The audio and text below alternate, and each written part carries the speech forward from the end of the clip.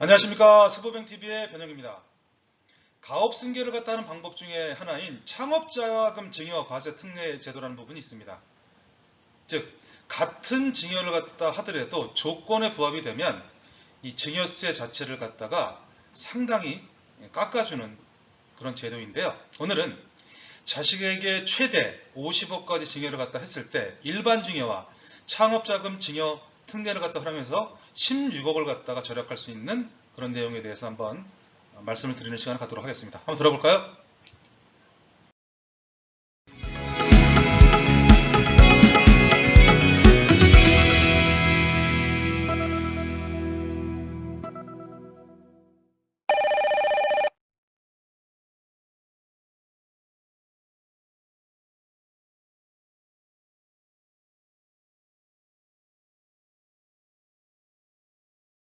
네, 오늘 강의의 주제 첫 번째, 증여시 유형 선택에 대한 안내 부분을 갖다 말씀을 드릴 거고요. 두 번째, 창업자금 특례에 관련된 부분에 어떤 사업에 포함이 되고 어떤 부분이 포함이 안 되는지에 대한 부분을 갖다 말씀을 드릴 겁니다.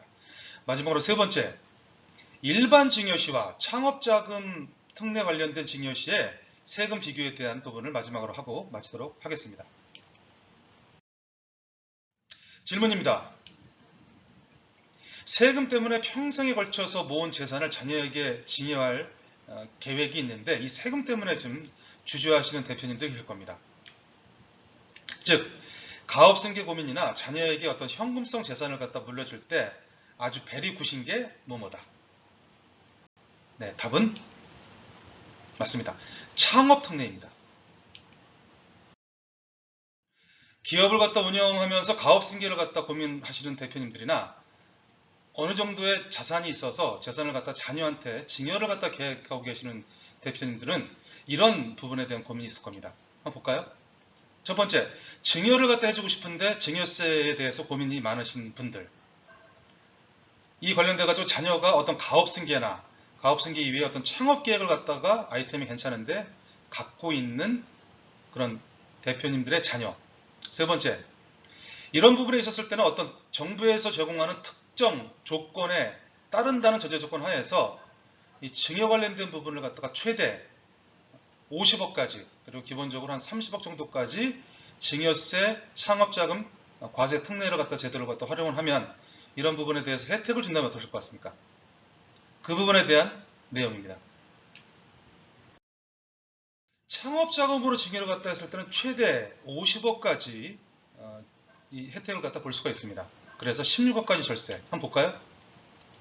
50억을 갖다가 예를 들어서 증여를 갖다 한다고 가정을 했을 때 50억을 증여하면서 20억 3천만 원을 갖다 증여세로 내실래요? 아니면 4억 5천만 원을 갖다가 내실겠습니까? 이랬을 때 어떤 아는 만큼 이 부분을 갖다 혜택을 갖다 볼 수 있다고 20억 3천, 4억 5천에 대한 차이가 한 16억 정도가 됩니다. 어떤 조건에 의해서 이런 증여세 관련된 부분을 갖다가 적용을 갖다 했을 때 16억 정도까지 절세를 갖다 할 수 있습니다. 이게 참고로 저번 주에 한국경제신문에 나온 기사입니다. 같은 50억을 갖다 증여를 갖다 했을 때 창업자금에 대한 증여를 갖다가 선택을 하고 어떤 B라는 사람은 현금 증여를 갖다 일반 증여로 50억을 갖다 했을 때 공제액과 과세 표준이 바뀌었을 때 증여세율이 창업자금 같은 경우는 10%면 됩니다. 근데 일반 현금 증여를 갖다 50억을 갖다 한다고 했을 때는 구간별에 따라서 최대 상속 증여세율 자체가 대한민국이 50%까지가 됩니다. 이런 부분을 갖다 봤을 때 창업자금을 통한 50억이 증여로 넘어갔을 때는 4억 5천, 창업자금에 대한 부분을 갖다 일반 증여로 했을 때는 20억 3,500만 원을 갖다가 내는 그런 내용입니다. 여러분이라면 이런 상황이라면 금액이 많다고 남의 얘기라고 할 부분이 아니라 단순 비교했을 때 이런 세금 차이가 난다면 어떨 것 같습니까? 즉 창업자금 증여세 과세 특례에는 이런 내용입니다. 조건이 좀 부합이 돼야 되는데요. 일단 수증자 자체가 만 18세 이상 거주자여야 됩니다. 그리고 중소기업을 갖다 창업할 목적으로 만 18세 이상의 거주자가 수증자가 돼야 되고 물려주는 입장에서는 부모가 60세 이상의 부모로부터 토지, 건물 등 양도소득세가 과세되는 재산을 갖다 제외한 이 관련된 부분 제일 중요합니다. 양도세가 과세되는 재산은 이 창업자금 증여세 과세 특례에 제외가 되는 그런 재산입니다. 이 이외에 어떤 현금성 재산을 갖다 증여받는 경우는 10%의 세율을 갖다가 최대 30억, 그리고 경우에 따라서는 고용을 갖다 한다고 했을 때 최대 50억까지 할 수 있는 부분입니다. 일반 증여세 같은 경우 10년에 5천씩 성인 자녀가 증여 관련된 부분에 대해서 감면 혜택을 갖다 받는데요. 이 창업자금 증여세 과세 특례는 기본적으로 5천이 아니라 이런 조건이 부합이 됐을 때는 5억을 증여세에 면제를 갖다 시킵니다. 그래서 최대 35억까지 이 창업자금 증여세 과세 특례에 대한 제도를 활용할 수 있다는 게 가장 큰 특징입니다.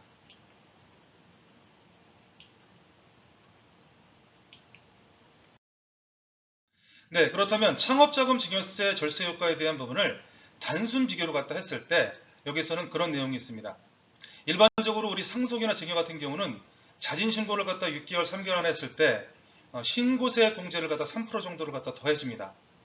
이런 부분을 갖다가 굳이 이 예시에서는 적용을 갖다 시키지 않는다는 전제 조건 하에서 30억이라는 증여 재산이 있을 때는 과세 특례 적용 시에는 증여 공제가 5억이 돼서 이게 10%, 2억 5천만 있으면 이 과세 특례를 갖다가 30억을 갖다 받을 수가 있고요.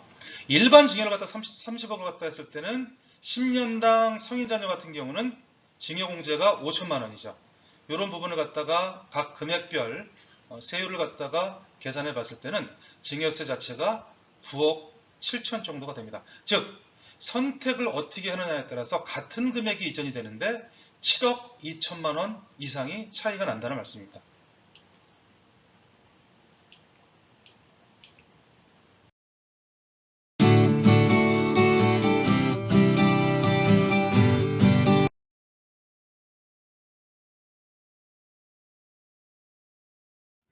네, 그렇다면 어떤 세금에 대한 혜택을 갖다 말씀을 좀 드렸고요. 창업자금 과세 특례로 인한 증여 시에 가능한 재산이 있습니다. 이게 조건인데요. 한번 볼까요?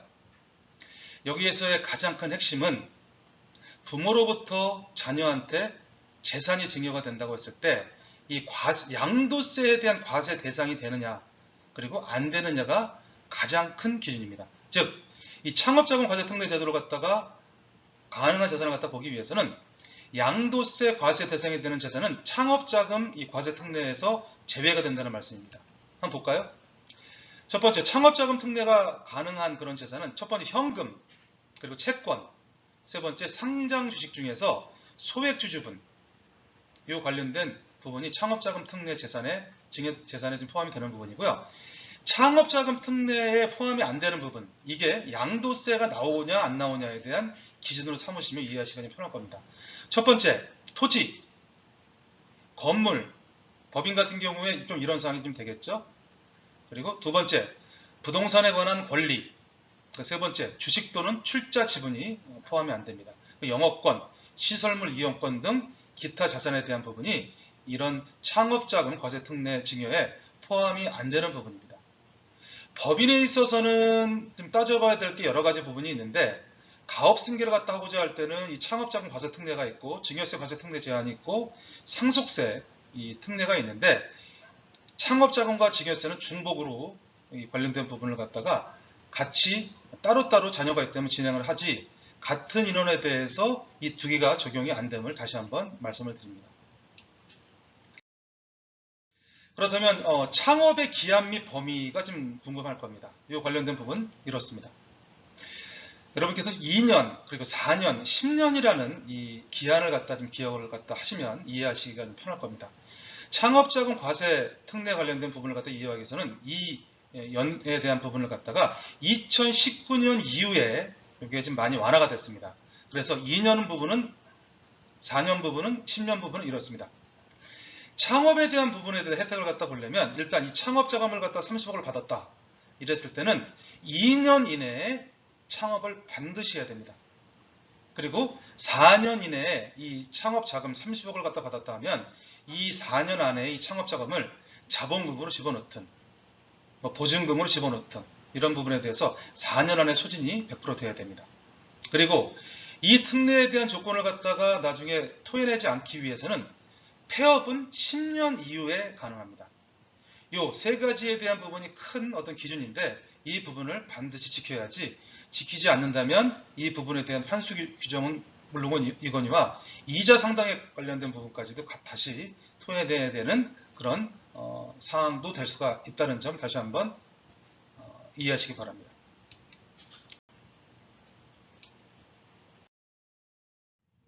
그렇다면 중소기업 창업 특례가 적용되는 창업이란 어떤 창업을 갖다가 특례가 적용되는 창업일까요? 첫 번째, 어떤 창업자금의 특례에 대한 부분을 갖다 돈을 갖다 받았다고 한다면 이게 가업승계 시 어떤 중소기업에 대한 부분을 갖다가 신규로 창업을 갖다가 하고자 한다면 이런 기준이 돼야 됩니다. 첫 번째, 산업용 자산을 갖다 취득하는 경우 이런 부분을 창업이라고 봅니다. 두 번째, 엄밀하게 따지면 이 관련된 부분은 조특법이라고 해서 조세특례 제한법에 근거하는 부분입니다. 다른 법이 아니라 창업자금 특례는 이 조세특례 제한법 제6조 3항에 업종에 대한 부분이 정확히 나와 있습니다. 이 관련된 부분은 제가 세세하게 말씀을 드릴 수 없기 때문에 6조 3항의 업종을 갖다가 새롭게, 여기서 중요한 건 새롭게입니다. 새롭게 설립하는 경우를 창업자금 특례 창업이라고 얘기를 갖다 합니다. 마지막 세 번째, 확장한 사업의 임차 보증금 및 임차료 등을 갖다가 지급하는 부분, 이런 부분으로 어떤 창업자금을 갖다가 써서 창업을 갖다 하는 부분을 여기에 지금 해당되는 부분입니다. 그렇다면 반대로 창업에 해당되지 않은 경우는 어떤 경우가 있을까요? 첫 번째, 예를 들어서 가업승계를 갖다 하는데 창업 특례를 갖다 선택을 해보자 했을 때는 기존의 부모님 관련된 부분이나 어떤 법인에 있어서 개인 사업자를 갖다 법인으로 전환하는 경우, 이건 신규 창업이라고 보지 않아서 이런 부분에 대한 혜택을 갖다 받지 못하는 경우가 되고요. 그리고 또 두 번째, 이 개인 사업자를 갖다 폐업하고 동종의 사업을 갖다 법인으로 예를 들어서 다시 개시하는 경우, 이런 부분에 대해서는 창업으로 인정을 갖다 안 합니다. 세 번째, 타인의 사업을 갖다 승계하거나 또 자산을 갖다가 타인의 인수를 갖다 하거나 매입을 갖다 해서 동종의 사업을 갖다 영위하는 부분은 이 창업에 해당되지 않아서 인정을 갖다 받지 못합니다. 마지막으로 기존 사업체에서 다른 업종을 갖다 추가해서 사업 목적을 갖다 추가해서 사업을 갖다 하는 경우 창업에 이 부분에 대해서 인정을 갖다 안 해서 이 창업자금 특례에 대한 부분이 인정이 안 되는 부분이라는 점 다시 한번 명심하시길 바랍니다.